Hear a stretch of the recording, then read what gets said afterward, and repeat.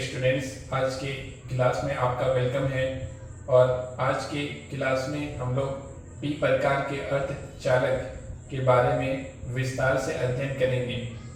P प्रकार का अर्धचालक क्या होता है कि जब शुद्ध अर्धचालक में त्रिसंयोजी अशुद्धियों को मिलाया जाता है तो इस मिलावट के बाद बने अर्धचालक को पी प्रकार का अर्धचालक कहते हैं। जब शुद्ध अर्धचालक में त्रिसंयोजी अशुद्धियों को यानी ऐसे परमाणुओं को मिलाया जाता है जिसके बाहरी कक्षा में 3 संयोजी इलेक्ट्रॉन होते हैं, तो ऐसे परमाणुओं के मिलाने के पश्चात बने अर्धचालक को पी प्रकार का अर्धचालक कहते हैं। तो मान लेते हैं कि कोई शुद्ध अर्धचालक है जो सिलिकॉन का बना हुआ है, जर्मेनियम का भी लिया जा सकता है। तो हम लोग सिलिकॉन के बने हुए शुद्ध अर्धचालक को लेते हैं। पहले हेडिंग दे देंगे पी प्रकार का अर्धचालक। तो मान लेते हैं कि कोई सिलिकॉन का बना हुआ शुद्ध अर्धचालक है, तो सिलिकॉन का जो परमाणु संख्या होता है वो 14 होता है। इसके पहले कक्षा में 2 इलेक्ट्रॉन, दूसरे में 8 और तीसरे में 4 इलेक्ट्रॉन होगा, यानी कि सिलिकॉन का जो संयोजी इलेक्ट्रॉन होता है वो 4 होता है। तो ये अपने ऑक्टेट को पूरा करने के लिए और अस्थायी बनने के लिए 4 सहसंयोजक बंधन बनाएगा अपने नजदीक वाले सिलिकॉन परमाणुओं के साथ। तो यहाँ पे देखते हैं, ये सिलिकॉन हो गया, इसका एक इलेक्ट्रॉन, ये दूसरा इलेक्ट्रॉन, ये तीसरा और ये चौथा। तो ये क्या करेगा, बगल में जो सिलिकॉन परमाणु होगा उसके साथ यह सहसंयोजक बंधन बनाएगा। यहाँ से इस तरह से हम लोग दिखा सकते हैं और यहाँ से इस तरह से। फिर ये सब भी बनाएगा इसी तरीके से, ये सारे लोग भी, ये भी इस तरह से बनता चला जाएगा, बहुत सारा बनता चला जाएगा और पूरे पदार्थ का निर्माण हो जाएगा। क्योंकि किसी भी पदार्थ में हजारों हजार या फिर कहा जाए तो लाखों लाख परमाणु होते हैं। तो इस तरह से बहुत सारे सिलिकॉन परमाणुओं के मिलने से क्या होगा, कोई पदार्थ का निर्माण होगा। अब उसमें हम लोग क्या करते हैं, ये तो शुद्ध अर्धचालक था। अब उसमें क्या करेंगे, मान लेते हैं कोई त्रिसंयोजी अशुद्धि को मिलाते हैं। त्रिसंयोजी अशुद्धि में बोरोन भी हो सकता है, अल्युमिनियम भी हो सकता है और इसी तरह से गैलियम भी हो सकता है, इंडियम भी हो सकता है। तो सिलिकॉन का जो आकार है उसके आकार से मेल खाता हुआ जो परमाणु होगा इन सब में भी वो होगा एल्युमिनियम। तो हम लोग एल्युमिनियम को मिलाएंगे। तो एल्युमिनियम को जब मिलाएंगे, कोई भी मिला सकते हैं लेकिन एल्युमिनियम को मिलाएंगे, आकार को भी ध्यान में रखते हुए मिलाया जाता है। तो यहाँ पे जब एल्युमिनियम को मिलाया जाएगा तो एल्युमिनियम का जो परमाणु संख्या होता है वो 13 होता है। तो इसके पहले कक्षा में 2 इलेक्ट्रॉन, दूसरे में 8 और तीसरे में 3 इलेक्ट्रॉन होगा, यानी कि एल्युमिनियम का जो संयोजी इलेक्ट्रॉन होता है वो 3 होता है। तो जब एल्युमिनियम को इसके साथ ऐड करेंगे, मिलाएंगे इन दोनों को, तो यहाँ पे मान लेते हैं एल्युमिनियम का परमाणु आया इसके अंदर। तो एल्युमिनियम का एक इलेक्ट्रॉन यहाँ हो गया, ये दूसरा इलेक्ट्रॉन, ये तीसरा इलेक्ट्रॉन। लेकिन इसके पास 3 ही संयोजी इलेक्ट्रॉन होता है, चौथा होता नहीं है। तो ये इसके साथ, ये बगल में जो सिलिकॉन परमाणु होगा उसके साथ ये सहसंयोजक बंधन बनाएगा। फिर इसी तरह से यहाँ पे बनाएगा, फिर इसी तरीके से ये यहाँ पे बनाएगा। लेकिन ये वाला सिलिकॉन के पास तो एक परमाणु, एक इलेक्ट्रॉन यहाँ पे होगा, लेकिन एल्युमिनियम के पास कोई संयोजी इलेक्ट्रॉन नहीं है, 3 ही होता है एल्युमिनियम के पास। एक यहाँ पे हो गया, 1 2 और 3 खत्म हो गया। अब जो चौथा सहसंयोजक बंधन होगा उसमें एल्युमिनियम का कोई संयोजी इलेक्ट्रॉन नहीं है, तो यहाँ पे एक खाली स्थान रह जाएगा।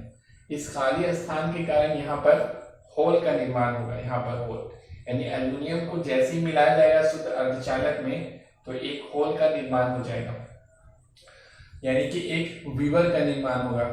वीवर को ही इंग्लिश में कहते हैं होल। तो एक वीवर का निर्माण हो जाएगा या फिर छिद्र का निर्माण हो जाएगा। अब देखिए यहाँ पर जो वीवर का निर्माण होता है, तो इस वीवर का जो ऊर्जा होता है, ये सब जो संयोजी इलेक्ट्रॉन है, इन सब संयोजी इलेक्ट्रॉन से संयोजी इलेक्ट्रॉन जो सहसंयोजक बंधन में है, इन सब संयोजी इलेक्ट्रॉन से इस विवर का जो ऊर्जा होता है वो थोड़ा ज्यादा होता है, और थोड़ा ज्यादा होने के कारण इसका ऊर्जा इन सब से ज्यादा होता है। ये जो इलेक्ट्रॉन है संयोजी इलेक्ट्रॉन जो सहसंयोजक बंधन में, उससे इसका इस विवर का जो ऊर्जा होता है वो थोड़ा सा ज्यादा होता है, जिसके कारण संयोजी इलेक्ट्रॉन से के ऊर्जा के कारण जो पट्टी बनता है उसे हम लोग कहते हैं संयोजकता पट्टी। तो संयोजकता पट्टी से विवर का जो ऊर्जा होता है वो थोड़ा सा क्या होता है, ज्यादा होता है। इसी को अगर हम लोग ऊर्जा पट्टी में देखेंगे, पहले इसको पूरा कर लेते हैं। इसी तरह से यहाँ पे भी कोई सिलिकॉन परमाणु होगा, वो इसके साथ बंधन बनाएगा, और ये यहाँ बना लिया, यहाँ बना लिया, इस तरह से बनता चला जाएगा। यहाँ पे भी हम लोग दिखा सकते हैं, ये यहाँ और ये आपस में मिल जाए, ये इस तरह से और भी बन सकता है। इस तरह से आप चाहेंगे तो यहाँ भी बन सकता है, ये हो गया, फिर ये बन जाएगा, फिर यहाँ पे भी बन सकता है, यहाँ पे भी बनेगा।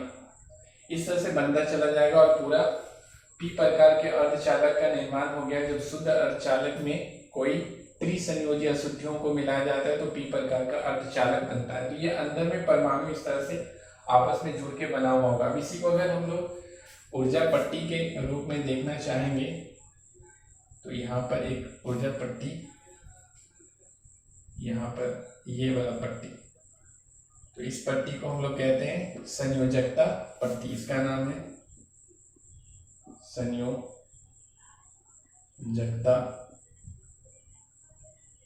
पट्टी। और इसके ठीक ऊपर जो होता है उस पट्टी को कहा जाता है चालन पट्टी कहते हैं।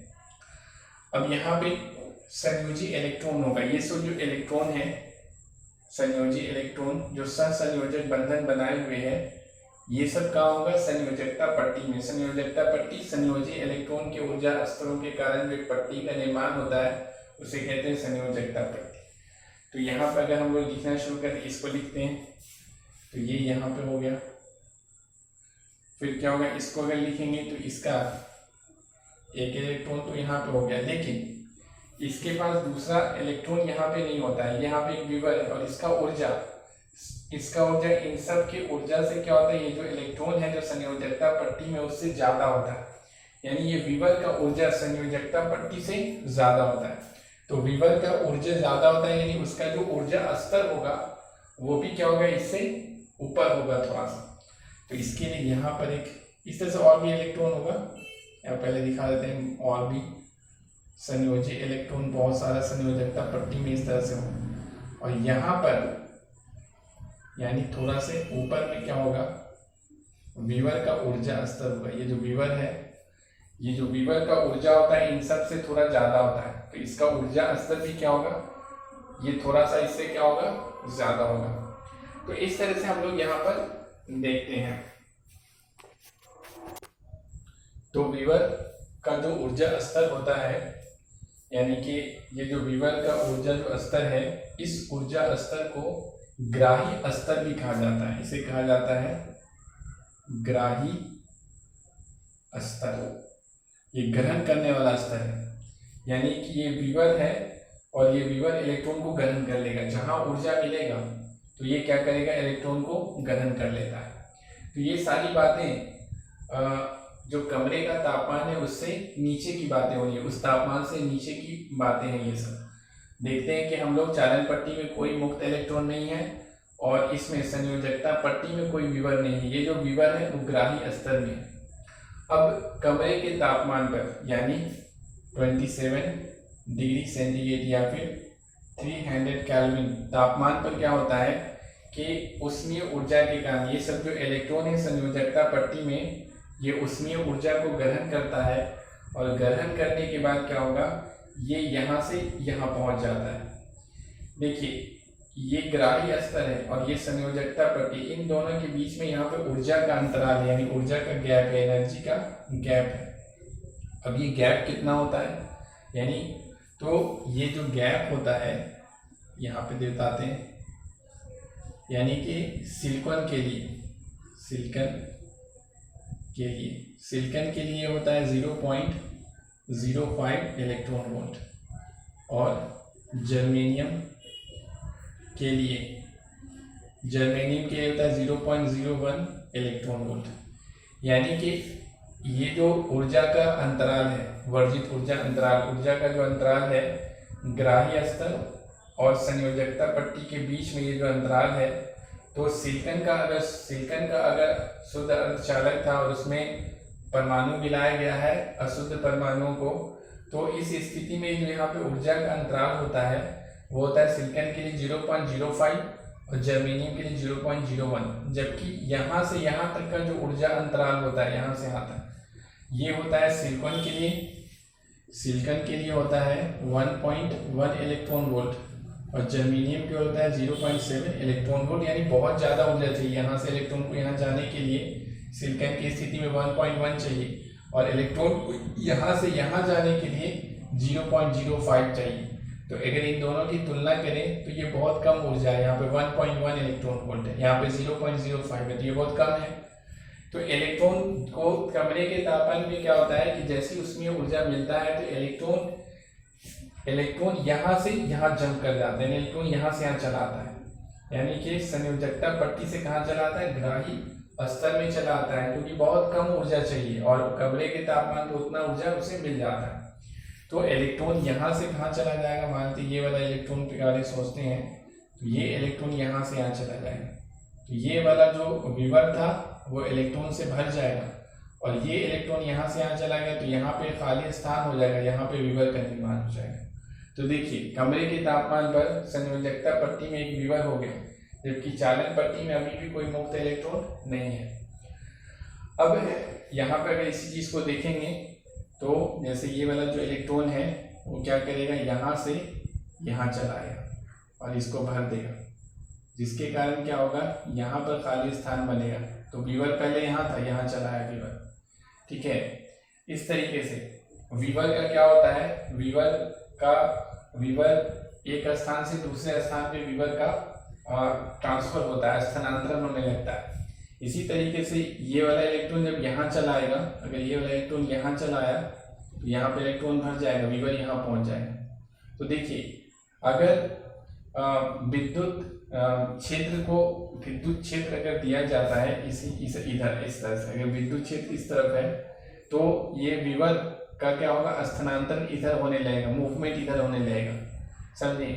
तो ये इस तरह से क्या होता है, इसमें भी हम लोग देख सकते हैं कि इलेक्ट्रॉन यहाँ से यहाँ चला जाएगा, इसको भर लेगा, तो विवर यहाँ चलाएगा, इलेक्ट्रॉन यहाँ से यहाँ चलाया तो ये भर जाएगा, यहाँ पे विवर हो जाएगा। तो विवर का क्या हो रहा है, मूवमेंट होने लगता है इस तरीके से। अब देखिए कमरे के तापमान पर इलेक्ट्रॉन क्या होता है, वो इलेक्ट्रॉन संयोजकता पट्टी से चला जाता है, कहाँ, संयोजकता पट्टी से चला जाता है ग्राही स्तर में, जिसके कारण ये विवर यहाँ पर भर जाता है, यहाँ पर विवर का निर्माण होता है। कमरे के तापमान ही पर क्या होता है कि हम लोगों ने पढ़ा था कि 10⁻29 परमाणु में से एक परमाणु ऐसा होता है जिसका सहसंयोजक बंधन टूट जाता है और इलेक्ट्रॉन मुक्त हो जाता है और संयोजकता पट्टी से चालन पट्टी में चला जाता है। यानी इलेक्ट्रॉन यहाँ से यहाँ तो जाएंगे, कुछ इलेक्ट्रॉन ऐसा भी होगा जो ऊर्जा को ग्रहण करेगा और क्या होगा, यहाँ से यहाँ पहुँच जाएगा। तो ये इलेक्ट्रॉन यहाँ चला गया तो यहाँ पर खाली स्थान बनेगा। अब देखिए तो कमरे के तापमान पर इलेक्ट्रॉन के यहाँ से यहाँ जाने पर, ग्राही स्तर पर जाने के कारण यहाँ पर विवर का निर्माण होगा और कमरे के तापमान पर संयोजी इलेक्ट्रॉन के संयोजकता पट्टी से चालन पट्टी में जाने पर भी यहाँ पे विवर का निर्माण होगा। तो अब आप देख सकते हैं कि कमरे के तापमान पर पी प्रकार के अर्धचालक में विवर की संख्या क्या हो गया, ज्यादा हो गया। संयोजकता पट्टी में विवर की संख्या ज्यादा है और मुक्त इलेक्ट्रॉन की संख्या क्या है, कम है। विवर 2 है, मुक्त इलेक्ट्रॉन क्या है, एक ही है। तो पहला बात ये याद रखना है कि पी प्रकार के अर्धचालक में विवर की संख्या इलेक्ट्रॉन की, मुक्त इलेक्ट्रॉन की संख्या से ज्यादा होता है। यानी विवर होता है बहुसंख्यक वाहक और मुक्त इलेक्ट्रॉन होता है अल्पसंख्यक वाहक। एन प्रकार के अर्धचालक से ठीक उल्टा होता है। इसमें एन प्रकार के अर्धचालक में मुक्त इलेक्ट्रॉन ज्यादा होता है, विभव कम होता है। इसमें विभव ज्यादा होता है, मुक्त इलेक्ट्रॉन कम होता है। यानी विभव होता है बहुसंख्यक वाहक और इलेक्ट्रॉन होता है अल्पसंख्यक वाहक। इसके अतिरिक्त ये भी पढ़ना है कि अगर इलेक्ट्रॉन सांद्रता और होल सांद्रता के बारे में बात करें, इलेक्ट्रॉन सांद्रता का मतलब मुक्त इलेक्ट्रॉन पर प्रति एकांक आयतन, और इसी तरह से विभव सांद्रता का मतलब कुल विभव प्रति एकांक आयतन में लंबाई गुनी चौड़ाई गुनी ऊंचाई आयतन हो गया, उस आयतन में प्रति एकांक आयतन में कितना विभव है। तो उसको हम लोग, तो यहाँ पे हम लोग देख सकते हैं कि चूंकि विभव की संख्या ज्यादा है तो होल यानी विभव सांद्रता ये ज्यादा होता है इलेक्ट्रॉन सांद्रता से। पी प्रकार के अर्धचालक में विभव सांद्रता इलेक्ट्रॉन सांद्रता से क्या होता है, ज्यादा होता है। विभव प्रति एकांक आयतन ये ज्यादा होता है इलेक्ट्रॉन प्रति एकांक आयतन, जबकि ये होता है किसमें, पी प्रकार में, ये इसमें बता रहे हैं ये पी होता है। और एन प्रकार में क्या होता है, उल्टा होता है, एन ई बड़ा होता है एन एस से, यानी इलेक्ट्रॉन की सांद्रता विभव की सांद्रता से ज्यादा होता है। और अगर नैज अर्धचालक है, शुद्ध अर्धचालक है, तो उसमें क्या होता है, एन ई बराबर होता है एन एच के बराबर होता है। एन ई बराबर इलेक्ट्रॉन सांद्रता विभव सांद्रता के बराबर होता है। तो इस तरह से हम लोग देख सकते हैं कि पी प्रकार के अर्धचालक में क्या होता है, विभव की संख्या मुक्त इलेक्ट्रॉन की संख्या से ज्यादा होता है।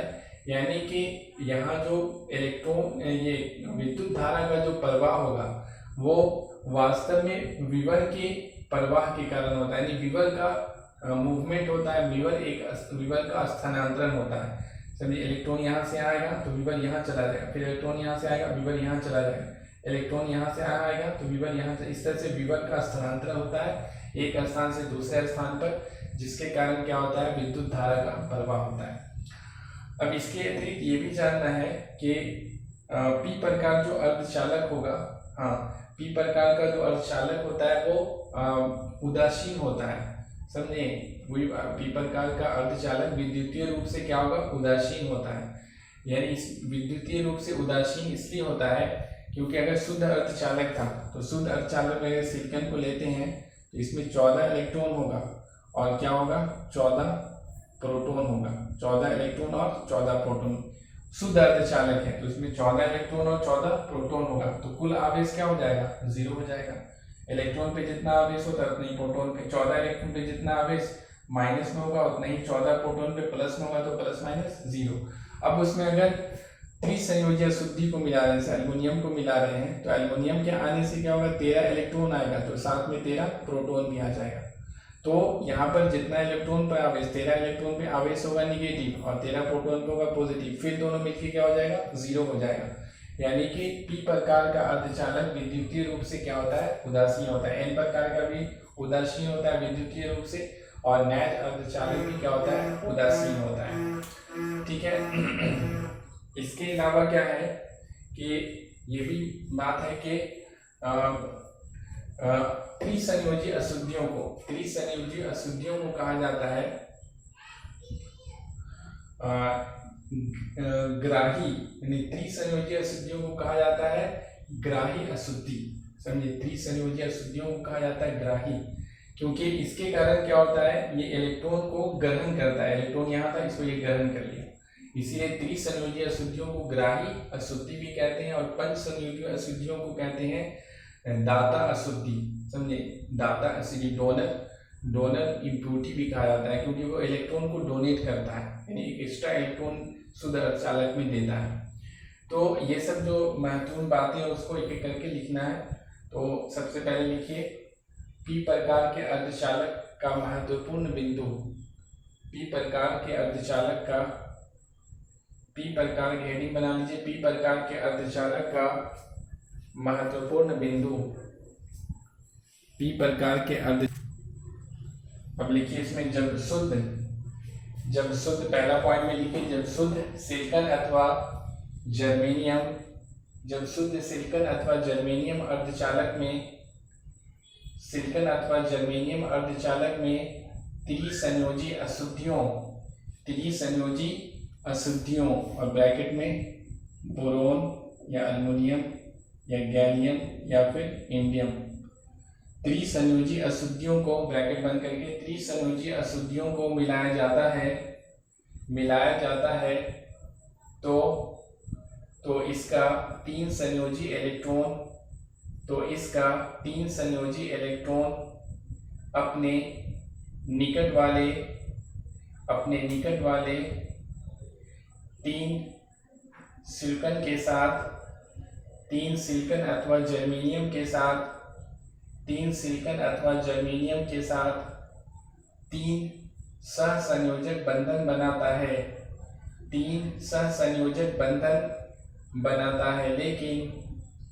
लेकिन चौथा सहसंयोजक बंधन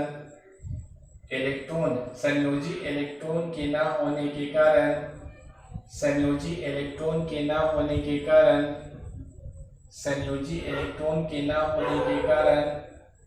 खाली रह जाता है, जिसके कारण एक विवर का निर्माण होता है। इसके बाद नेक्स्ट पॉइंट में लिखिए, इस विवर का ऊर्जा संयोजकता पट्टी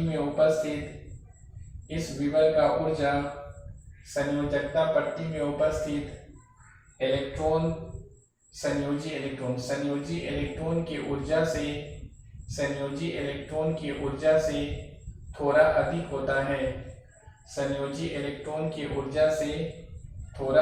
होता है। इसके बाद नेक्स्ट पॉइंट में लिखिए,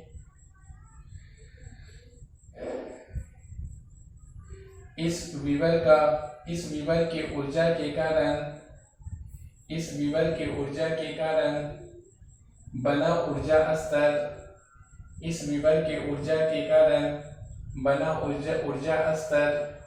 संयोजकता पट्टी से थोड़ा ऊपर होता है तथा इसे ग्राही स्तर भी कहते हैं।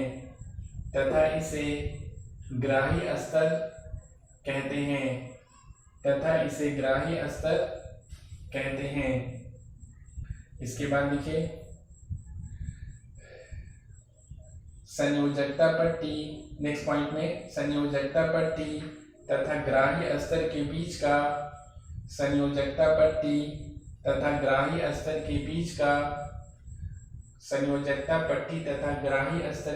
का वर्जित ऊर्जा अंतराल सिलिकॉन तथा जर्मेनियम के लिए क्रमशः 0.05 इलेक्ट्रॉन वोल्ट 0.05 इलेक्ट्रॉन वोल्ट तथा 0.01 इलेक्ट्रॉन वोल्ट होता है। क्रमशः 0.05 इलेक्ट्रॉन वोल्ट तथा 0.01 इलेक्ट्रॉन वोल्ट होता है।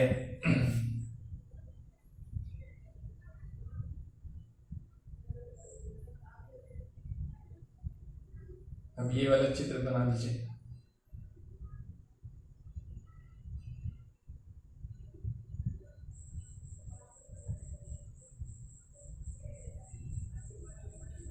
यहाँ पे विवर है,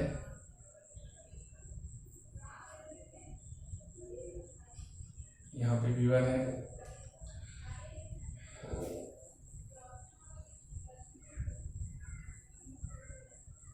ये वाला बनाइए और ये वाला भी बनेगा।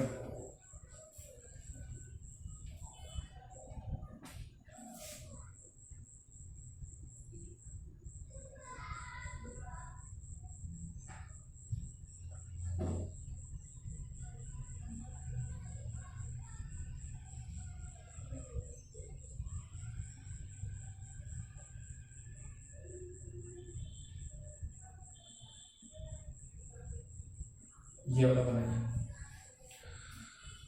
ये दोनों चित्र बनाने के बाद लिखिए आगे,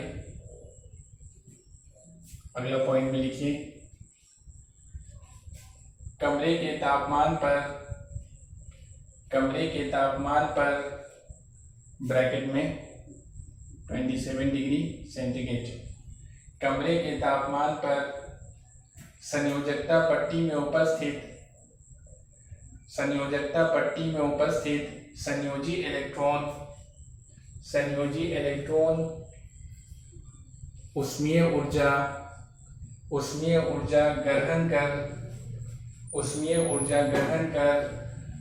ग्राही स्तर में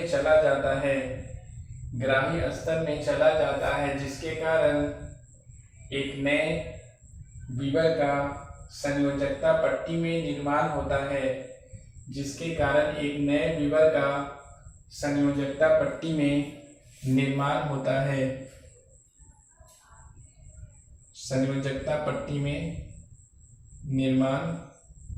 है, उसके बाद लिखिए,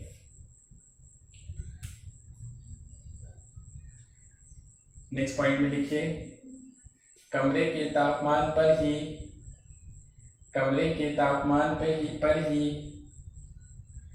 संयोजकता पट्टी में उपस्थित कुछ संयोजी इलेक्ट्रॉन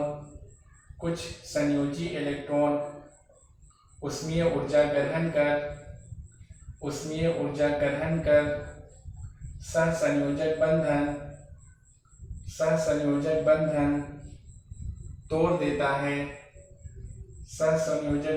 तोड़ देता है तथा चालन पट्टी में चला जाता है,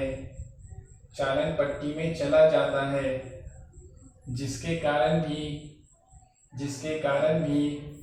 संयोजकता पट्टी में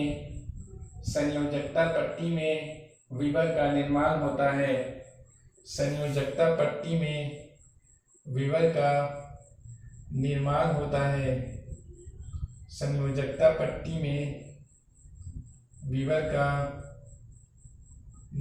होता है,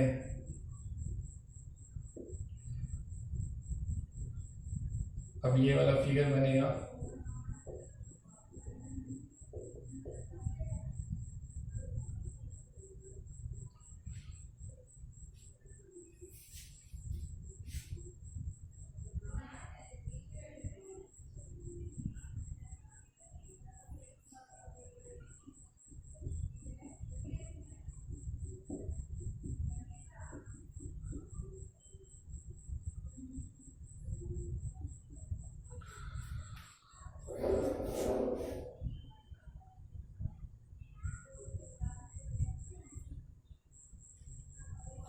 ये दोनों फिगर बना दीजिए। इसके बाद लिखिए, नेक्स्ट पॉइंट में लिखिए, कमरे के तापमान पर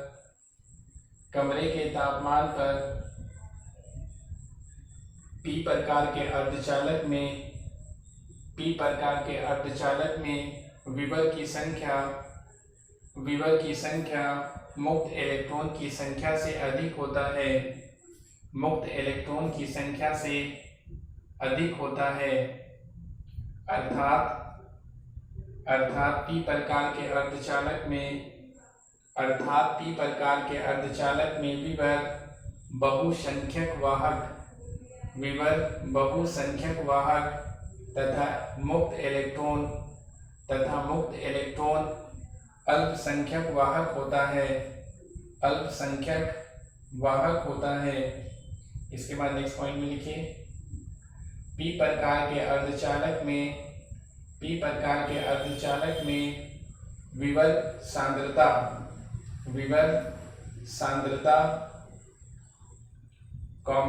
इलेक्ट्रॉन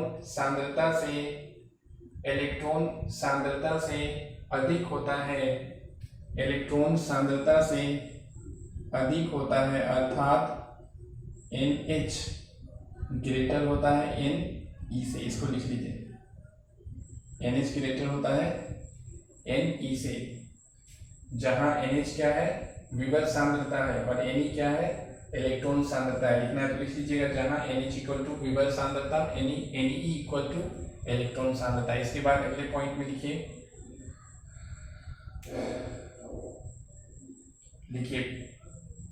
P प्रकार का अर्धचालक विद्युतीय रूप से उदासीन होता है, क्योंकि एक त्रिसंयोजी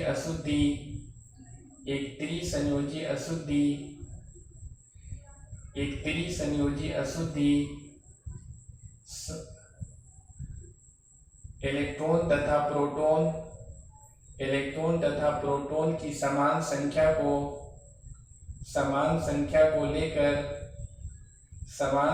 को लेकर शुद्ध अर्धचालक में आता है।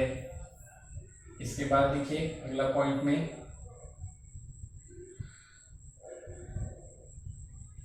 त्रिसंयोजी अशुद्धियों को ग्राही अशुद्धि तथा पंचसंयोजी अशुद्धियों को दाता अशुद्धि भी कहा जाता है। यहाँ तक की क्लास था और इसके बाद हम लोग नेक्स्ट में पढ़ेंगे। Okay, thank you.